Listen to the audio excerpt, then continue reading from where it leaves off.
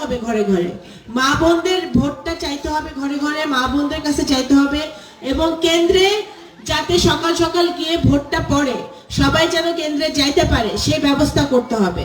তো সুতরাং আমি আপনাদের মুরব্বীরা আছে, আমার আপনাদেরকে বলার কিছু নাই, আপনারা আমাকে পরামর্শ দিবেন, সেই পরামর্শ অনুযায়ী আমি চলতে চাই। কারণ আপনাদের মাঝে আমি আমার বাবার প্রতিচ্ছবি দেখতে পাই। আমার কাছে মনে হয় যে আমার বাবার মতোই বসে আছে, বাবার সাথেই আমি কথা বলতেছি। সুতরাং আমার যেহেতু এখানে কোনো গার্জিয়ান নাই, আমি সবসময় বলি নগরকান্দা সাথে আমার বাবার সাথে যারা ছিল এই মুরব্বীরাই আমার গার্জিয়ান।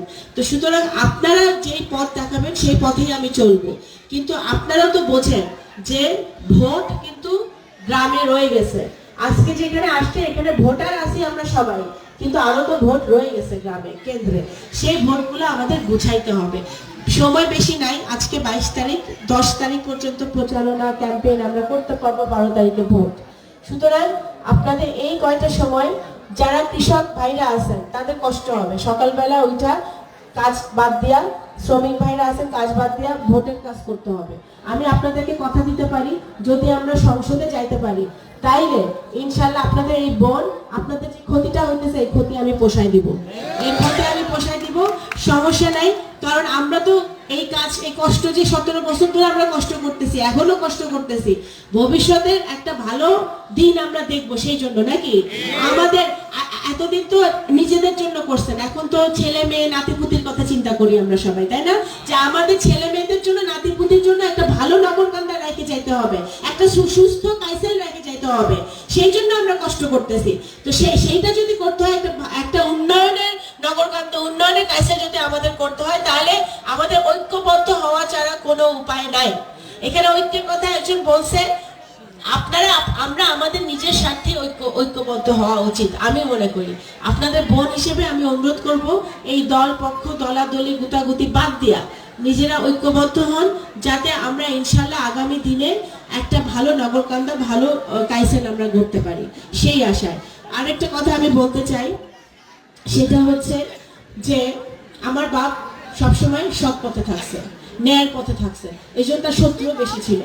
আমার বাবার মুক্তিযুদ্ধ থেকে আমল থেকে শুরু করে উনি মুক্তিযুদ্ধের সংগঠক ছিলেন, তখন থেকে ওনার মৃত্যুর দিন পর্যন্ত ওনার বিরুদ্ধে, ওনার রাজনৈতিক জীবনে ওনার বিরুদ্ধে ষড়যন্ত্র হয়েছে। কারণ উনি কখনো মিথ্যার সাথে আপোষ করে নাই, উনি কখনো অন্যায়ের সাথে আপোষ করে নাই, উনি যেটা ঠিক মনে করছে ওইটা করছে। আমি আমার বাপের সন্তান, আমি নগরকান্দার মাটিতে দুর্নীতি, চাঁদাবাজি, টেন্ডারবাজি আমি প্রশ্রয় দিব না, আমি করতে দিব না। যদি কেউ করে তাদেরকে আমি প্রশাসনের হাতে, আমি আপনারাও যদি দেখেন যে কেউ করতেছে, দলীয় লোক বা অন্য কোনো লোক, সেই ব্যবস্থা আপনাদেরও নিতে হবে, আমিও নেব ইনশাল্লাহ। সুতরাং আমি সাধারণ জনগণের পাশে থাকতে হবে, ভোটারদের পাশে থাকতে হবে, ভোটারদের তাদের জন্য কাজ করতে হবে, আমাদের এত মা বোনরা আছে তাদের জন্য কাজ করতে হবে, কর্মসংস্থান করতে হবে, শিক্ষা প্রতিষ্ঠান করতে হবে, স্বাস্থ্য সেবায় কাজ করতে হবে। এখানে আমাদের একটা হসপিটাল শুধু, নগরকান্দা হসপিটাল। যদি অসুস্থ হন নগরকান্দা হসপিটালে যান, মারামারি করেও নগরকান্দা হসপিটালে যান, আর যদি বেশি অসুস্থ হন তাহলে ফরিদপুরে যাওয়া লাগে, আর নাহলে ঢাকায় যাওয়া লাগে। নগরকান্দা সালতায় আমাদের কোনো ভালো হসপিটাল নাই। ইনশাল্লাহ আমরা যদি সংসদে যাই, এই মাটিতে একটা আন্তর্জাতিক মানের হসপিটাল হবে, আন্তর্জাতিক মানের হসপিটাল হবে, যেখানে ডাক্তার থাকবে, নার্স থাকবে, ভালো বিদেশি যন্ত্রপাতি থাকবে, যেখানে আমাদের মুরব্বীরা, আমাদের মা বোনরা তারা অল্প মূল্যে তারা চিকিৎসা নিতে পারবে। সেটাই তো আমরা চাই, তাই না? তো সেই সেবাগুলো আমরা যদি দিতে হয়, সেই সেবার জন্য আমাদের এই যে চেয়ারম্যান সাহেব বললো না যে টাকা পয়সা আসতো, প্রকল্প আসতো, কাগজে কলমে শুধু কাজ হইতো, আসলে কোনো কাজ হইতো না। এই কাগজে কলমের কাজ হওয়া বন্ধ করতে হবে। আমি কথায় না কাজে বিশ্বাসী। আমরা কাজ করব, কাজ করে দেখাবো যে মানুষ যে ধানের শীষে ভোট দিছে তারা ভুল করে নাই, তারা সঠিক বাক্সে তারা সিল মারছে, সঠিকভাবে তারা ভোট দিছে। তো ইনশাল্লাহ আগামী দিনে আমরা ধানের শীষকে বিজয় লাভ করে একটি সুন্দর নগরকান্দা গড়ে তুলব, এই আশা ব্যক্ত করে আমি আমার বক্তব্য শেষ করছি।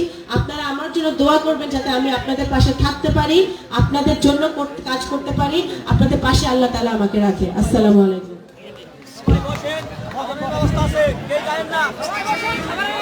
সকলে কেউ উঠবেন না, সুশৃঙ্খল ভাবে খাওয়া দাওয়া করে যাবেন। খাবারের ব্যবস্থা আছে। না, উনি কখনো কাউকে, এমপি যখন ছিলেন, মন্ত্রী যখন ছিলেন, উনি কখনোই কাউকে বিনা দোষে কাউকে জেলে ভরে নাই, কোনো মিথ্যা মামলা দেয় নাই, কারোর উপর কোনো নির্যাতন করে নাই।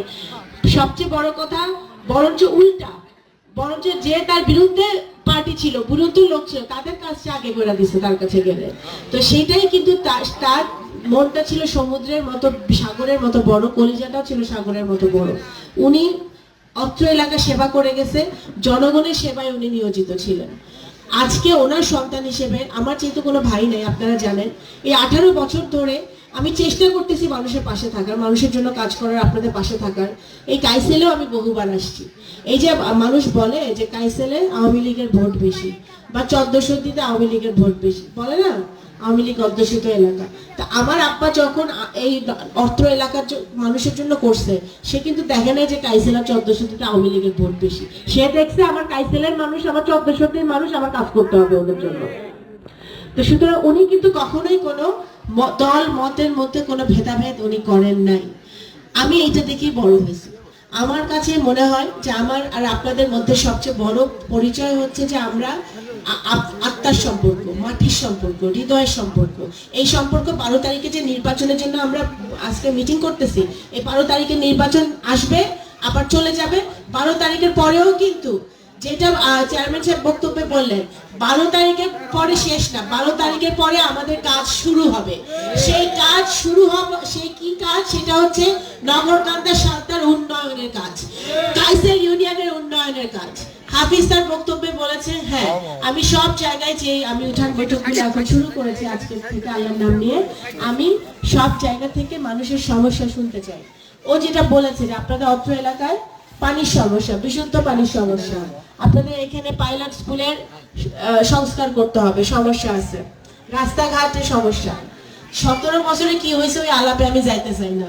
ওই আলাপ আপনারা ভালো জানেন, কোন কোন বরাদ্দ কোথায় গেছে সেগুলো আপনারা ভালো জানেন। ওই আলাপ আমি যেতে চাই না। আমার কথা হলো, আমি এমন বাপের সন্তান যার পকেটে 100 টাকা থাকলে সে 500 টাকা দিছে। আমি প্রকল্প আসুক বা না আসুক, আপনাদের এই অত্র এলাকার রাস্তা, কাইসেল ইউনিয়নের রাস্তা, কাইসেল ইউনিয়নের পানি, কাইসেল ইউনিয়নের জনগণের জন্য যা যা প্রয়োজন, সেটা আমি আপনাদের বোন, মেয়ে, সন্তান হিসেবে আমার যেটা করণীয় সেটা আমি করব। আমার যেটা কর্তব্য সেটা আমি পালন করব।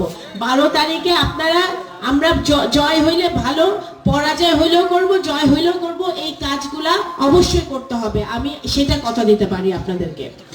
12 তারিখে যে নির্বাচন, সেই নির্বাচনে শুধু অনেকেই আসতেছে না, অনেকেই, আমি প্রথমেই বলছি